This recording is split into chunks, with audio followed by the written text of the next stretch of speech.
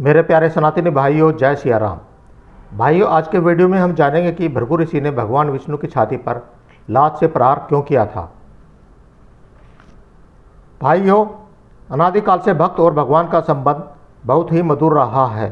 कितने ही ऐसे भक्त इस धरातल पर हुए हैं जिनकी भक्ति ने उन्हें अमर कर दिया, जैसे भक्त प्रहलाद, भक्त शिरोमणि मीरा, दैत्यराज बलि आदि। परंतु क्या आपने कभी ऐसे भक्त के बारे में सुना है जिसने भगवान के ऊपर ही लात का प्रहार कर दिया? अगर नहीं तो आइए जानते हैं महर्षि भृगु और श्री हरि विष्णु के इस प्रसंग को। एक बार सरस्वती नदी के घाट पर ऋषि मुनि इकट्ठा होकर इस बात पर चर्चा कर रहे थे कि ब्रह्मा विष्णु महेश में सबसे श्रेष्ठ कौन है। परंतु इस चर्चा का कोई निष्कर्ष न निकलता देख उन्होंने तीनों देवों की परीक्षा लेने की सोची। महर्षि भृगु, जो कि ब्रह्मा जी के मानस पुत्र हैं, इस कार्य के लिए उनको चुना गया। महर्षि भृगु सर्वप्रथम ब्रह्मलोक पहुँचे। न तो उन्होंने ब्रह्मा जी की स्तुति की और न ही उन्हें प्रणाम किया। यह देख ब्रह्मा जी क्रोधित हो गए और क्रोध की अधिकता से उनका मुख लाल हो गया।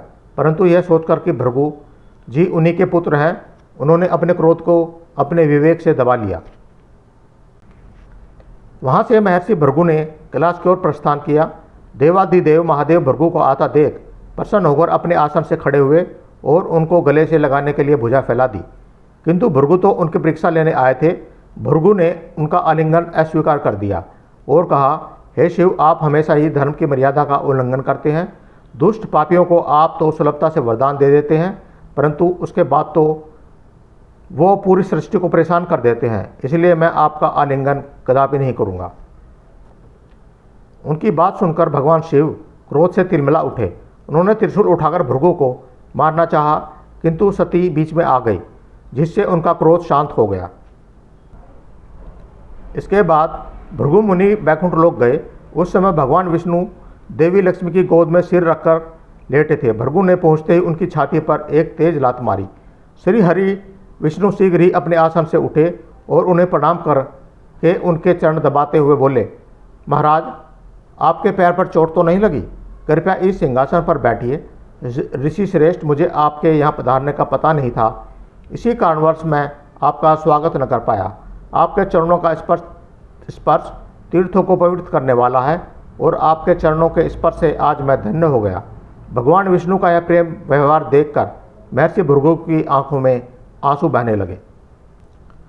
तदंतर वे ऋषि मुनियों के पास लौटे और ब्रह्मा, शिव जी और विष्णु जी के यहाँ जो अनुभव हुए सब विस्तार से कह बताया। तभी से वे भगवान विष्णु को सर्वश्रेष्ठ मानकर उनकी आराधना करने लगे। अगर मूल में जाकर देखें तो उन मुनियों ने अपने लिए नहीं अपितु जनमानस के संदेह के निवारण के लिए यह सुंदर लीला रची थी। भाइयों, अगर ये वीडियो आपको अच्छी लगी हो तो चैनल को सब्सक्राइब, शेयर, कमेंट और लाइक जरूर करें। बहुत बहुत धन्यवाद। जय सिया राम।